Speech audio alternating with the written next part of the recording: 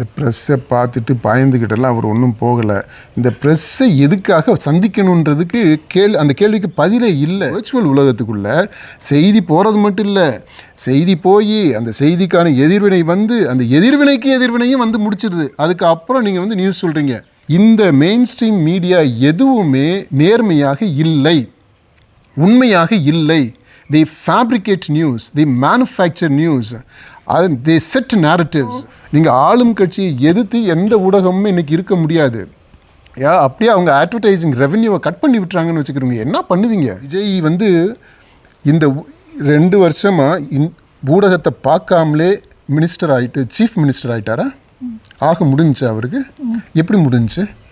இப்போ பார்த்தாங்க இல்லையா, ஊடகத்து கூட அப்படியே நாங்கள் நல்லுறவு பாராட்டுறோம், அப்படி இருக்கிறோம், நாங்கள் அண்ணன் தம்பியாக பழகிறோம், அக்கா தங்கச்சியாக இருக்கிறோம்னு சொன்னவங்கெல்லாம் என்ன ஆச்சுங்க? ஏங்க அவங்கெல்லாம் ஜெயிக்க முடியல? யார் கையிலலாம் இந்த மொபைல் ஃபோன் இருக்கோ அவங்க எல்லாருமே நியூஸ் சோர்சஸ். பழைய காலாவதி ஆகி கொண்டு இருக்கக்கூடிய அந்த அணுகுமுறை, அந்த சிஸ்டம், அந்த பார்வை, அதை அடிப்படையாக வச்சுக்கிட்டு இந்த தேர்தல் அணுகிறாங்க. விஜய் என்ன பண்ணுறாரு? இந்த ப்ரெசென்ட்டில் இருந்துட்டு ஃபியூச்சரிஸ்டிக்காக அணுகிறாரு. Bro, this conventional media is broke. இப்படி போயிட்டு நீங்கள் பின்னாடியே சேஸ் பண்ணிவிட்டு இந்த பப்பராட்சி மாதிரி விரட்டிக்கிட்டே போய் இன்டர்வியூ கொடு, பேசு, நீ எல்லாம் என்ன பேச மாட்டேன்ற, உனக்கு துணிச்சல் இல்லை அப்படின்றலாம் காலம் மலையேறி போயிடுச்சு. விஜய் தான் வந்து சொல்லணும்னு என்ன அவசியம் இருக்குது? ஏன் முதலமைச்சர் தான் எல்லாத்துக்குமே பதில் சொல்லணுன்ற அவசியம் என்னங்க? நீங்கள் யாருங்க? உங்களுக்கு எதுக்கு அவர் பதில் சொல்லணும்?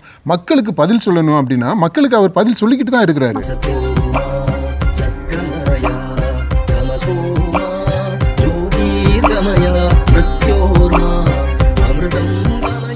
இப்போ பொதுவாகவே இப்போ டெல்லிக்கு செல்லக்கூடியவங்க முதலமைச்சர்கள், அமைச்சர்கள்லாம் வந்துட்டு பிரதமரை பார்த்துட்டாங்க, இல்லை நிதியமைச்சரை பார்த்தாங்கன்னா வழக்கமாக பத்திரிகையாளர்களை, செய்தியாளர்களை சந்திப்பாங்க. விஜய் வந்து முன்னாடி இருந்தே இந்த பத்திரிகையாளர், செய்தியாளர் சந்திப்பு அப்படிங்கிறத தவிர்த்துட்டு வராதுங்கிறது ஒரு பேசு பொருளாக இல்லை விமர்சனமாகவே இருக்குது. அதாவது நேற்றைய தினம் பிரதமரை சந்திச்சோடனே அவர் ப்ரெஸ் மீட் கொடுப்பாரு அப்படின்னு சொல்லிட்டு பெரும்பாலான ஊடகங்களை வந்து பேசிகிட்டு இருந்தாங்க. ஆனால் செய்தியாளர்கள் கேட்குறது கூட அவர் ப்ரெஸ் மீட் ப்ரெஸ்ஸை பார்க்குறத தவிர்த்துட்டு அவர் வணக்கம் சொல்லிட்டு போயிட்டார். தொடர்ந்து அதை வந்து ப்ரெஸ்ஸை பார்க்குறதுக்கு அவர் பயந்துட்டுருக்காரு, பார்க்க மாட்டேங்கிறாரு அப்படிங்கிற விமர்சனம் வந்து அவர் மேலே வைக்கப்படுது. இந்த ப்ரெஸ்ஸை பார்த்துட்டு பயந்துக்கிட்டெல்லாம் அவர் ஒன்றும் போகலை. இந்த ப்ரெஸ்ஸை எதுக்காக சந்திக்கணுன்றதுக்கு அந்த கேள்விக்கு பதிலே இல்லை. நீங்கள் என்ன முட்டாள்தனமான பதிலை சொல்லிக்கிட்டு இருக்கிறீங்க, இன்னும் பிற்போக்குத்தனமான பதில். இன்னைக்கு இருக்கக்கூடிய டெக்னாலஜிக்கு ஒத்து வராத ஒரு கடந்த கால ஒரு டெக்னாலஜி. நீங்கள் பழமையில் இருந்துக்கிட்டு பேசிக்கிட்டு இருக்கிறீங்க. எதுக்காக இன்னைக்கு ஊடகத்தை சந்திக்கணும்? ஊடகம்னு யாருங்க நீங்கள் வந்து நிற்கிறா? அங்கே வந்து சத்தம் போடுறாங்க, இதுதான் இங்கே மரபு, நீங்கள் மரபுப்படி இங்கே சொல்லுங்கள், ப்ரெஸ் மீட்டு கொடுங்க அப்படின்றாங்க. யாருங்க நீங்கள்லாம்? யார் அங்கே இருந்தவங்கெல்லாம்? யார்? மெயின் ஸ்ட்ரீம் இந்த டெலிவிஷன் சேனல்ஸு, நியூஸ் பேப்பர்ஸு, இதெல்லாம் எதுக்குங்க இன்னைக்கு? இந்த டிவி எதுக்கு? இந்த டிவி நியூஸ் சேனல்ஸ் இருக்கு இல்லையா, என்னங்க நீங்கள் பண்ணுறீங்க? இந்த நியூஸ் சேனல்ஸ் எதுக்கு? இந்த மெயின் ஸ்ட்ரீம் டெலிவிஷன் சேனல்ஸ் என்ன பண்ணுறாங்க இன்னைக்கு? இந்த மெயின் ஸ்ட்ரீம் நியூஸ் பேப்பர்ஸ் என்ன பண்ணுறாங்க சொல்லுங்கள்?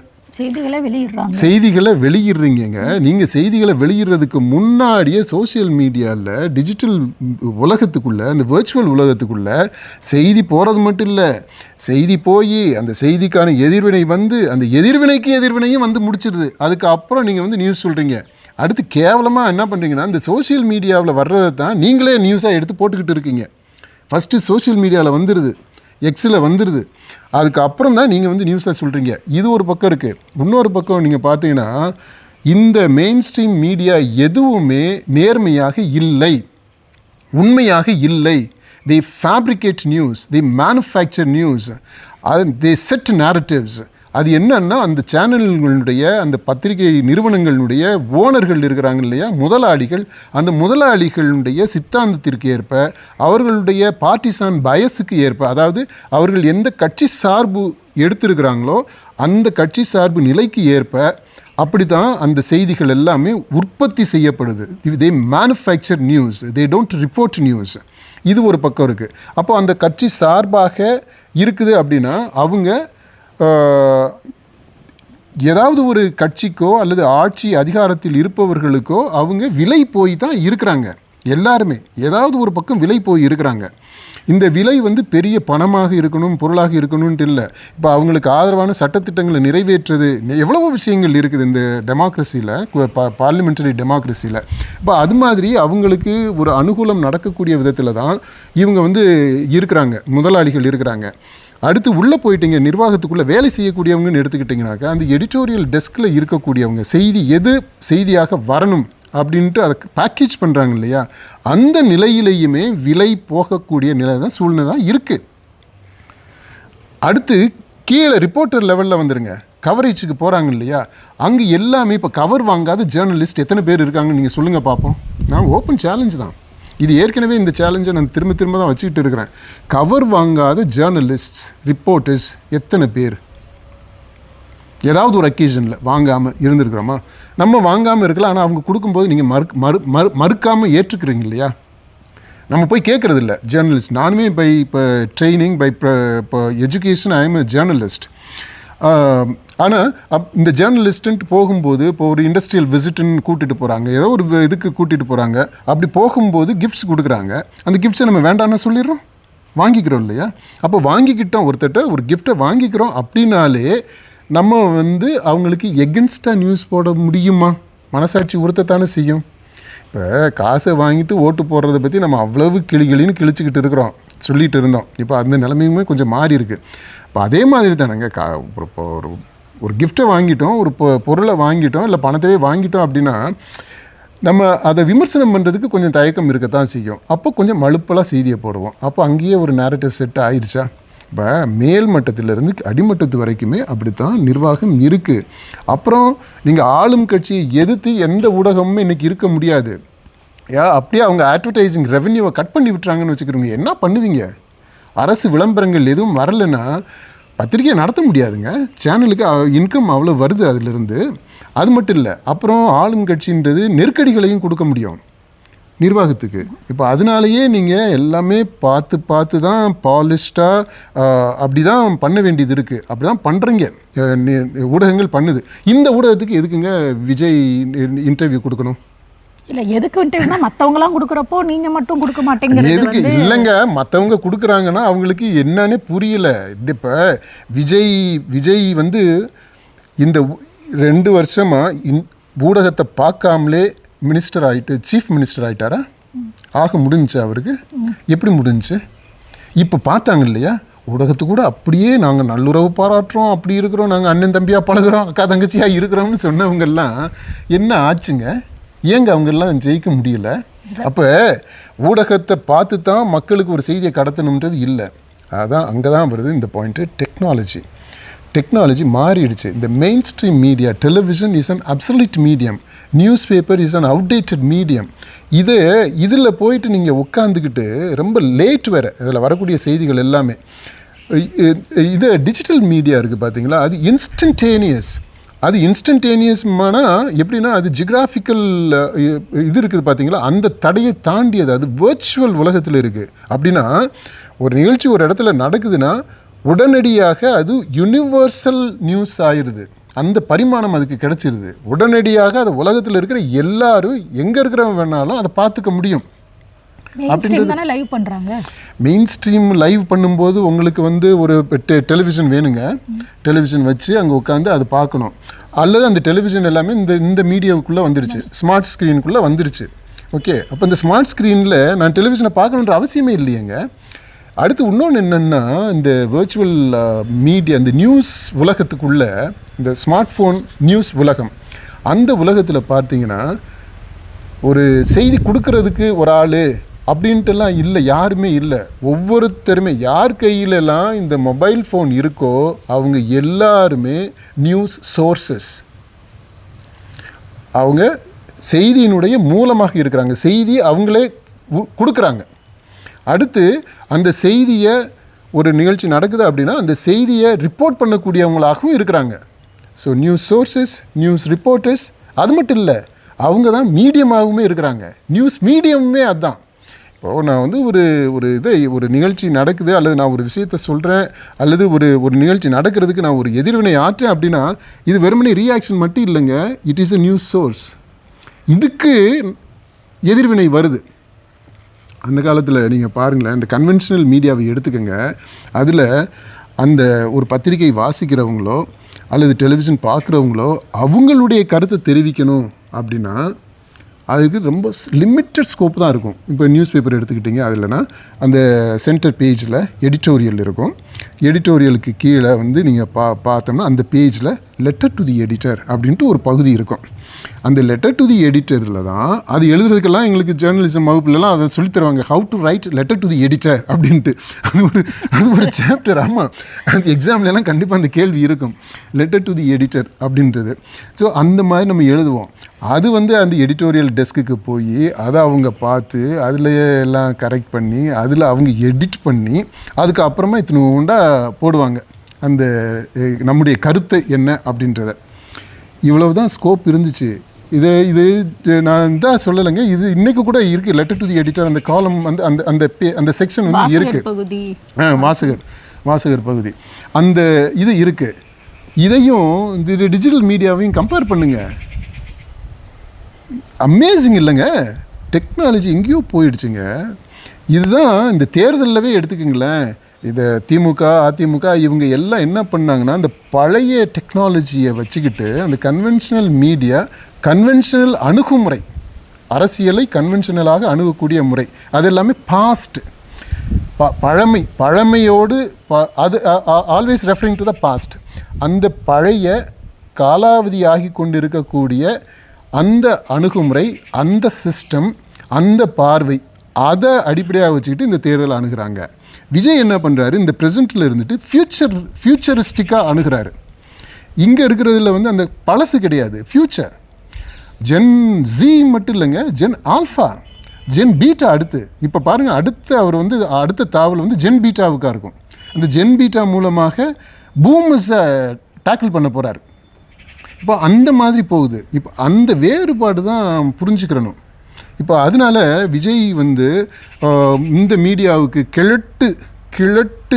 கிழடு தட்டிய ஊடகம் நீங்கள் சொல்கிறது எல்லாமே சர்வை பண்ணிக்கிட்டு இருக்குது, எக்ஸிஸ்ட் பண்ணிக்கிட்டு இருக்குது. இப்போ உங்களுடைய சர்வைவலுக்காக விஜய் மாதிரியான ஒரு கிளாமர் ஃபிகர் வந்து ஒரு இன்டர்வியூ கொடுத்துட்டாரு அப்படின்னா நீங்கள் அதை வச்சுக்கிட்டு ஒரு டிஆர்பியில் போகலாம், ஒரு 4 விளம்பரம் வரும், ஒரு 4 காசு எக்ஸ்ட்ரா வரும் அப்படின்ற அந்த கன்சிடரேஷனை தவிர மற்றபடி, அதாவது ஃபினான்ஷியலாக நான் கொச்சைப்படுத்தி சொல்லலை, அதாவது some additional income for the channel, for the medium, அந்த ஒரு இது தவிர, ஃபினான்ஷியல் ஆஸ்பெக்ட் தவிர, விஜய்க்கு அவருடைய பார்வையிலிருந்து அவர் ரீச் பண்ணிக்கிறதுக்கு, அவரை பற்றிய செய்தியை கொண்டு போய் கடத்துறதுக்கு இந்த ஊடகங்கள் உதவியாக இருக்குமா அப்படின்னா இல்லை. இதை தாண்டி நீங்கள் போய் ரீச் பண்ணுறதுக்கு முன்னாடியே அவரை பற்றிய செய்தி போய் சேர்ந்துடுது, அதை பற்றிய தப்பான செய்தி போய் சேர்ந்துடுது, அதை பற்றி நெகட்டிவான செய்திக்கு பதிலடியும் போய் சேர்ந்துடுது. இது எல்லாமே போய் சேர்ந்த பிற்பாடு தான் நீங்கள் பிரேக்கிங் நியூஸ்ன்றீங்க. என்னத்தடா பிரேக் பண்ணுறீங்க? உங்களை பிரேக் பண்ணிட்டு தான் நியூஸ் அங்கே போயிடுச்சு. You broke bro, this conventional media is broke. அதனால் நீங்கள் மாற்றிடுங்க, சேனல் மாற்றுங்க, ஸ்டைலை மாற்றுங்க. இல்லை இந்த டெக்னாலஜியை விட்டுட்டு வரக்கூடிய நியூ டெக்னாலஜியை அடாப்ட் பண்ணிக்கணும். அப்போ தான் சர்வை பண்ண முடியும். ஆனால் நியூஸுக்கு வேல்யூ இருக்குது. இன்றைக்கி பிரச்சனை என்னென்னா, there is abundance of news. அதில் நியூஸ் இன்வெர்டட் கமாஸ், அதில் ஃபேக்ட் எது, ஃபிக்ஷன் எது மேனுஃபேக்சர், எது நேரட்டிவாக செட் பண்ணியிருக்குது அப்படின்னு அந்த கன்ஃபியூஷன் எல்லாமே இருக்குது. It is a chaotic world. Virtual reality அப்படின்றது, இந்த டிஜிட்டல் உலகம்ன்றது, it is chaotic. It is filled with filth. அப்படி இருக்குது. இதை ஃபில்டர் அவுட் பண்ணணும். அதற்கான ஒரு மெக்கானிசமாக நீங்கள் இவால்வ் ஆகலாம். அந்த மெயின் ஸ்ட்ரீம் மீடியா இப்போ இருக்கிறவங்க அப்படி ஒரு இதாக இவால்வ் பண்ணி வர முடியும். So you can find a place there. உங்களுக்குன்ட்டு ஒரு ரோல் வர முடியும். அப்படி தான் செய்யணுங்க. மற்றபடி போயிட்டு நீங்கள் பின்னாடியே சேஸ் பண்ணிவிட்டு இந்த பப்பராட்சி மாதிரி விரட்டிக்கிட்டே போய் இன்டர்வியூ கொடு, பேசு, நீ எல்லாம் என்ன பேச மாட்டேன்ற, உனக்கு துணிச்சல் இல்லை அப்படின்னலாம் காலம் மலையேறி போயிடுச்சு. உங்களுடைய சர்வைவலுக்காக இதை நீங்கள் செய்கிறீங்க. இதற்கு பதில் தரணும் அப்படின்ற அவசியம் யாருக்குமே இல்லை. விஜய்க்கு மட்டும் இல்லை, யாருக்குமே இல்லை. இப்போ பேட்டி கொடுக்க வேண்டிய அவசியம் யாருக்குமே இல்லை அப்படிங்கிறத ஒரு விஷயத்தை எடுத்துக்கிட்டாலும் இப்போ விட பேட்டி மாட்டேன்றீங்க. இல்லைப்பா இப்போ யூகங்களின் அடிப்படையில் எல்லா செய்திகளுமே போடப்படும் தானே. இப்போ பேட்டி கொடுக்குறாங்க அவங்க வாயிலிருந்தே அது வருதுங்கிறப்போ அது உண்மைத்தன்மை நிலைநிறுத்துற மாதிரி இருக்காதா? இப்போ சோசியல் மீடியாவில் ஒரு பதிவு போடுறாங்க, அதை எடுத்து அதை திரித்து உண்மையாகவும் சரி திரித்தும் சில செய்திகள் வெளியிடப்படுது. ஆனால் அந்த பேட்டிங்கிற ஒரு இது வரப்போ உண்மையாக என்ன அவங்க பேசுனாங்க அப்படிங்கிறது வரும்ல. எங்க அதை தாங்க சொல்லிக்கிட்டு இருக்கிறோம். பேட்டின்ட்டு அவங்கள்ட்ட நீங்கள் பார்க்குறீங்க அப்படின்னா உங்கள்கிட்ட சொல்ல வேண்டிய அவசியம் என்னன்றேன். அடுத்து அவங்க தான் டிஜிட்டல் மீடியாவில் they are very active. Vijay வந்து ஒரு ஸ்டேட்மெண்ட் சொல்லிடுறாரு, அவரை பற்றி சொல்லுங்க. அவர் பைட்டா கொடுக்குறாரு. இப்போ ஸ்டாலினா இருக்கட்டும், எடப்பாடியா இருக்கட்டும், சோசியல் மீடியால பேசுறாங்களே. அவங்க அதான் இங்க பாருங்க, அதைத்தான் நம்ம சொல்றோம் மணிகண்ட். அது வந்து அவங்களுடைய டெக்னாலஜி, அவங்களுடைய சிஸ்டம், அவங்களுடைய அப்ரோச் டு பாலிடிக்ஸ் எல்லாமே கெல்லடாயிடுச்சு, மல்லடு தட்டி போயிடுச்சு. அது அது அப்சல்யூட் ஆகிக்கிட்டே வந்துருச்சு. அதைத்தான் நம்ம கண்கூடாத இந்த தேர்தலில் நம்ம பார்க்குறோமே. அதுக்கப்புறம் திரும்பவும் அதை பற்றி அந்த ரெஃபரன்ஸவே சொல்ல வேண்டாம். இப்போ இவர் பைட்டு கொடுக்கணும் அப்படின்னா அவர் வந்து தேவைப்பட்டால் அவர் வந்து தனியாகவே கூட ஒரு பைட்டு எடுத்து இப்போ சோஷியல் மீடியாவில் போட்டுக்க முடியும். பண்ணார் இல்லையா? அது போதுமான அளவுக்கு ரீச் ஆகிடுச்சா? ரீச் ஆனது மட்டும் இல்லை, கரூரில் நடந்த அந்த ட்ராஜடிக்கு விஜய் வந்து ஒரு விக்டிம் ஆகிட்டார், அவரை நீங்கள் பழி வாங்கிறீங்க அப்படின்னு அந்த அளவுக்கு போயிடுச்சா? அதை மக்கள் ஏற்றுக்கிட்டாங்களா? மக்கள் அதை ஏற்றுக்கிட்டு ஓட்டு போட்டு ஜெயிக்கவும் வச்சுட்டாங்களா? அதனால் இந்த மெயின் ஸ்ட்ரீம் மீடியாவில் நீங்கள் சொல்கிறது மாதிரி உங்களுடைய வரையறைக்குள்ளே வந்து தான் சொல்லணும் அப்படின்ற அவசியம் இல்லை. அடுத்து இந்த அரசை பற்றி எடுத்துக்கிட்டிங்க அப்படின்னா, இந்த அரசு தாவிக அரசு எப்படி செயல்படுது அப்படின்றதுக்கு ஒவ்வொரு டிபார்ட்மெண்ட்டுமே அந்த செய்தியை கொடுத்துக்கிட்டே தான் இருக்கிறாங்க. விஜய் தான் வந்து சொல்லணும்னு என்ன அவசியம் இருக்குது? ஏன் முதலமைச்சர் தான் எல்லாத்துக்குமே பதில் சொல்லணுன்ற அவசியம் என்னங்க? நீங்கள் யாருங்க? உங்களுக்கு எதுக்கு அவர் பதில் சொல்லணும்? மக்களுக்கு பதில் சொல்லணும் அப்படின்னா மக்களுக்கு அவர் பதில் சொல்லிக்கிட்டு தான் இருக்கிறாரு. மக்களுடைய இல்லைங்க, அதை தான் சொல்கிறேன். உங்களை யார் நியமித்தது? மக்களுடைய பிரதிநிதிகளாக யார் நியமித்தது? நீங்கள் முதலாளிகளுடைய அடிமைகளாக இருக்கிறீங்க. முதலாளிகளுடைய அடிமைகளாக இருக்கிறீங்க. நீங்கள் போயிட்டு எப்படி மக்களை எங்கே போய் பிரதிநிதித்துவப்படுத்துறீங்க? அதெல்லாம் கதை மாறி போயிடுச்சு, களம் மாறி போயிடுச்சு. திரும்பவும் பைட்டு கொடு, அதை கொடு, இதை கொடுன்றதெல்லாம் சரியே கிடையாது, வேலைக்கே ஆகாது. அவர் செய்கிறத செஞ்சுக்கிட்டு தான் இருக்கிறாரு, கொடுக்குறத கொடுத்துக்கிட்டு இருக்காரு. நான் விஜய்க்கு மட்டும் இதை சொல்லலை, நான் எல்லா அரசியல்வாதிக்குமே பொதுவாக தான் சொல்கிறேன். ஏன்னா நம்ம சொன்னோம் பார்த்தீங்களா, நியூஸுன்ற அந்த டெஃபினேஷனே மாறி போயிடுச்சுங்க. இன்றைக்கி செய்தி நியூஸ் இஸ் எவ்ரிவேர். செய்தின்றது எல்லா இடத்துலையுமே இருக்குது. யார் யார் கையிலெல்லாம் மொபைல் இருக்கோ அங்கே எல்லாமே செய்தியினுடைய மூலம் இருக்குது. அதனால் மக்களுக்கு சொல்கிறோம் அப்படின்னு நீங்கள் சொல்லவே தேவையில்லைங்க. மக்களே செய்தியாளர்களாக இருக்கிறாங்க, செய்தியினுடைய மூலமாகவும் இருக்கிறாங்க. They are source and reporters. அதனால் அந்த மீடியம் மூணுமே அவங்க தான். அதனால் நீங்கள் சூப்பர்ஃப்ளூவஸ் ஆகிட்டீங்க, எக்ஸஸ் ஆகிட்டீங்க இந்த கன்வென்ஷனல் மீடியா. அதனால் வேலையை மாற்றிப்போங்க.